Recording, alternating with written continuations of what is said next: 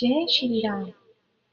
महान ग्रंथ श्री रामचरितमानस के रचयिता श्री गोस्वामी तुलसीदास जी एक महान और अद्भुत आत्मा।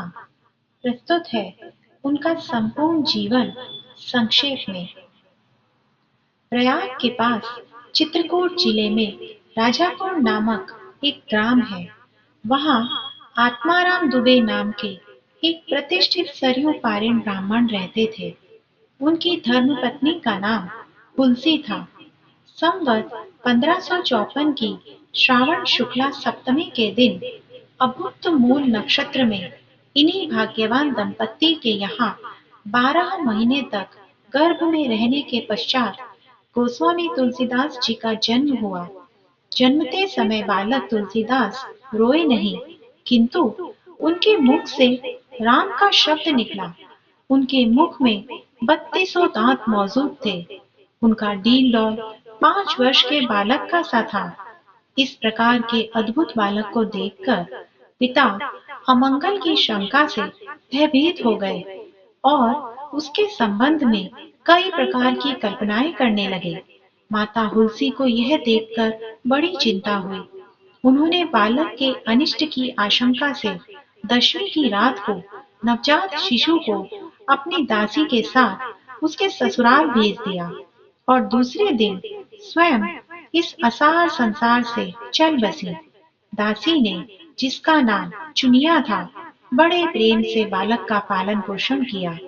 जब तुलसीदास लगभग 5.5 वर्ष के हुए, चुनिया का भी देहांत हो गया। अब तो बालक अनाथ हो गया। वह द्वार द्वार भटकने लगा। इस पर जगत जननी पार्वती को उस होनहार बालक पर दया आई। वे ब्राह्मणी का वेश धारण कर प्रतिदिन उसके पास जाती और उसे अपने हाथों भोजन करा जाती। इधर भगवान शंकर जी की प्रेरणा से रामशैल पर रहने वाले श्री अनंतानंद जी के प्रिय शिष्य श्री नरहरियानंद जी ने इस बालक को ढूंढ निकाला और उसका नाम राम बोला रखा। उसे वे अयोध्या ले गए और वहां संवत 1561 माघ शुक्ला पंचमी शुक्रवार को उसका यज्ञोपवीत संस्कार कराया। बिना सिखाए ही बालक राम बोला ने गायत्री मंत्र का उच्चारण किया, जिसे देखकर सब लोग चकित हो गए। इसके बाद नरहरि स्वामी ने वैष्णवों के 5 संस्कार करके राम बोला को राम मंत्र की दीक्षा दी और अयोध्या ही में रहकर उन्हें विद्याध्ययन कराने लगे। बालक रामबोला की बुद्धि बड़ी प्रखर थी। एक बार गुरु मुख से जो सुन लेते थे, उन्हें वह कंठस्थ हो जाता था। वहां से कुछ दिन बाद गुरु शिष्य दोनों शुकर क्षेत्र पहुंचे। वहां श्री नरहरि जी ने तुलसीदास को रामचरित्र सुनाया। कुछ दिन बाद वे काशी चले आए। काशी में शेष सनातन जी के पास रहकर तुलसीदास ने 15 वर्ष तक वेद वेदांग का अध्ययन किया। इधर उनकी लोक वासना कुछ जागृत हो उठी और अपने विद्या गुरु से आज्ञा लेकर वे अपनी जन्मभूमि को लौट आए। वहां आकर उन्होंने देखा कि उनका परिवार सब नष्ट हो चुका है। उन्होंने विधि पूर्वक अपने पिता आदि का श्राद्ध किया और वहीं रहकर लोगों को भगवान राम की कथा सुनाने लगे। संवत 1583 ज्येष्ठ शुक्ला 13 गुरुवार को भारद्वाज गोत्र की एक सुंदरी कन्या के साथ उनका विवाह हुआ और वे सुख पूर्वक अपनी नव विवाहिता वधू के साथ रहने लगे। एक बार उनकी स्त्री भाई के साथ अपने मायके चली गई। पीछे पीछे तुलसीदास जी भी वहां जा पहुंचे। उनकी पत्नी ने इस पर उन्हें बहुत धिक्कारा और कहा कि मेरे इस हाड़ मांस के शरीर में जितनी तुम्हारी आसक्ति है, उससे आधी भी यदि भगवान में होती तो तुम्हारा बेड़ा पार हो गया होता। तुलसीदास जी को ये शब्द लग गए। वे एक क्षण भी नहीं रुके, तुरंत वहां से चल दिए। वहां से चलकर तुलसीदास जी प्रयाग आए। वहां उन्होंने गृहस्थ वेश का परित्याग कर साधु वेश ग्रहण किया। फिर तीर्थाटन करते हुए काशी पहुंचे। मानसरोवर के पास उन्हें काकभुशुंडी जी के दर्शन हुए। काशी में तुलसीदास जी राम कथा कहने लगे। वहां उन्हें एक दिन एक प्रेत मिला, जिसने उन्हें हनुमान जी का पता बतलाया। हनुमान जी से मिलकर तुलसीदास जी ने उनसे श्री रघुनाथ जी का दर्शन कराने की प्रार्थना की। हनुमान जी ने कहा, तुम्हें चित्रकूट में रघुनाथ जी के दर्शन होंगे। इस पर तुलसीदास जी चित्रकूट की ओर चल पड़े। चित्रकूट पहुंचकर राम घाट पर उन्होंने अपना आसन जमाया। एक दिन वे प्रदक्षिणा करने निकले थे। मार्ग में उन्हें श्री राम के दर्शन हुए। उन्होंने देखा कि दो बड़े ही सुंदर राजकुमार घोड़ों पर सवार होकर धनुष बाण लिए जा रहे हैं। तुलसीदास जी ने उन्हें देखकर मुग्ध हो गए, परंतु उन्हें पहचान न सके। पीछे से हनुमान जी ने आकर उन्हें सारा भेद बताया, तो वे बड़ा पश्चाताप करने लगे। हनुमान जी ने उन्हें सांत्वना दी और कहा, प्रातःकाल फिर दर्शन होंगे। संवत 1607 की मौनी अमावस्या बुधवार के दिन उनके सामने भगवान श्री राम पुनः प्रकट हुए। उन्होंने बालक रूप में तुलसीदास जी से कहा, बाबा हमें चंदन दो। हनुमान जी ने सोचा वे इस बार भी धोखा न खा जाए, इसलिए उन्होंने तोते का रूप धारण करके यह दोहा कहा, चित्रकूट के घाट पर भई संतन की भीड़, तुलसीदास चंदन घिसे तिलक देत रघुबीर। तुलसीदास जी उस अद्भुत छवि को निहार कर शरीर की सुधि भूल गए। भगवान ने अपने हाथ से चंदन लेकर अपने तथा तुलसीदास जी के मस्तक पर लगाया और अंतर ध्यान हो गए। संवत 1628 में ये हनुमान जी की आज्ञा से अयोध्या की ओर चल पड़े। उन दिनों प्रयाग में माघ मेला था। वहां कुछ दिन वे ठहर गए। पर्व के 6 दिन बाद एक वट वृक्ष के नीचे उन्हें भरद्वाज और याज्ञवल्क्य मुनि के दर्शन हुए। वहां उस समय वही कथा हो रही थी जो उन्होंने सूकर क्षेत्र में अपने गुरु से सुनी थी। वहां से ये काशी चले आए और वहां प्रहलाद घाट पर एक ब्राह्मण के घर निवास किया।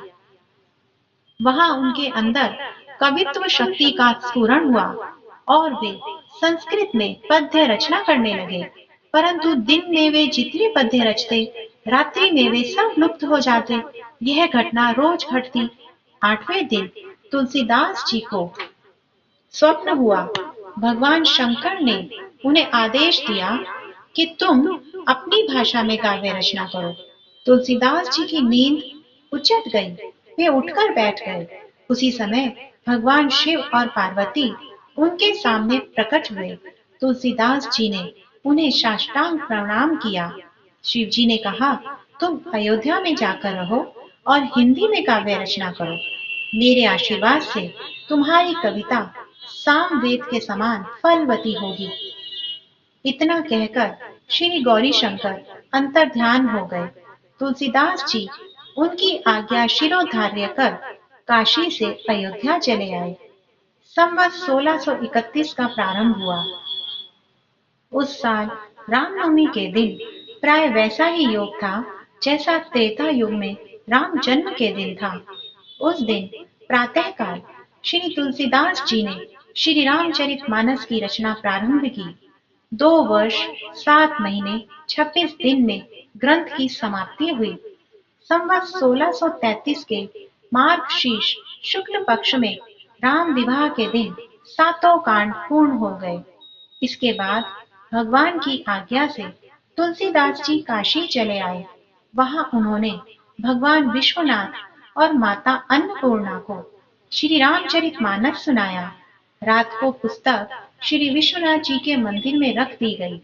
सवेरे जब पट खोला गया तो उस पर लिखा हुआ पाया गया, सत्यम शिवम सुंदरम, और नीचे भगवान शंकर की सही थी। उस समय उपस्थित लोगों ने सत्यम शिवम सुंदरम की आवाज भी कानों से सुनी। इधर पंडितों ने जब यह बात सुनी तो उनके मन में ईर्ष्या उत्पन्न हुई। वे दल बांधकर तुलसीदास जी की निंदा करने लगे और उस पुस्तक को भी नष्ट कर देने का प्रयत्न करने लगे। उन्होंने पुस्तक चुराने के लिए दो चोर भेजे। चोरों ने जाकर देखा कि तुलसीदास जी की कुटी के आसपास दो वीर धनुष बाण लिए पहरा दे रहे हैं। वे बड़े ही सुंदर श्याम और गौर वर्ण के थे। उनके दर्शन से चोरों की बुद्धि शुद्ध हो गई। उन्होंने उसी समय से चोरी करना छोड़ दिया और भजन में लग गए। तुलसीदास जी ने अपने लिए भगवान को कष्ट हुआ जान कुटी का सारा सामान लुटा दिया। पुस्तक अपने मित्र टोडरमल के यहाँ रख दी। इसके बाद उन्होंने एक दूसरी प्रति लिखी। उसी के आधार पर दूसरी प्रतिलिपियां तैयार की जाने लगी। पुस्तक का प्रचार दिनों दिन बढ़ने लगा। इधर पंडितों ने और कोई उपाय न देख श्री मधुसूदन सरस्वती जी को उस पुस्तक को देखने की प्रेरणा की। श्री मधुसूदन सरस्वती जी ने उसे देखकर बड़ी प्रसन्नता प्रकट की और उस पर यह सम्मति लिख दी। आनंद कानने हास्मिन जंगम तुलसी तरुः कविता मंजरी भाति राम भ्रमर भूषिता। इस काशी रूपी आनंद वन में तुलसीदास चलता फिरता तुलसी का पौधा है। उसकी कविता रूपी मंजरी बड़ी ही सुंदर है, जिस पर श्री राम रूपी भंवरा सदा मंडराया करता है। पंडितों को इस पर भी संतोष न हुआ। तब पुस्तक की परीक्षा का एक उपाय और सोचा गया। भगवान विश्वनाथ के सामने सबसे ऊपर वेद, उनके नीचे शास्त्र, शास्त्रों के नीचे पुराण और सबके नीचे रामचरितमानस रख दिया गया। मंदिर बंद कर दिया गया। प्रातःकाल जब मंदिर खोला गया तो लोगों ने देखा कि श्री रामचरितमानस वेदों के ऊपर रखा हुआ है। अब तो पंडित लोग बड़े लज्जित हुए। उन्होंने तुलसीदास जी से क्षमा मांगी और भक्ति से उनका चरणों तक लिया। तुलसीदास जी अब असी घाट पर रहने लगे। रात को एक दिन कलियुग मूर्त रूप धारण कर उनके पास आया और उन्हें त्रास देने लगा। गोस्वामी जी ने हनुमान जी का ध्यान किया। हनुमान जी ने उन्हें विनय के पद रचने को कहा। इस पर गोस्वामी जी ने विनय पत्रिका लिखी और भगवान के चरणों में उसे समर्पित कर दी। श्री राम ने उस पर अपने हस्ताक्षर कर दिए और तुलसीदास जी को निर्भय कर दिया। संवत 1680 श्रावण कृष्ण तृतीया शनिवार को असी घाट पर गोस्वामी जी ने राम राम कहते हुए अपना शरीर परित्याग किया। जय श्री राम।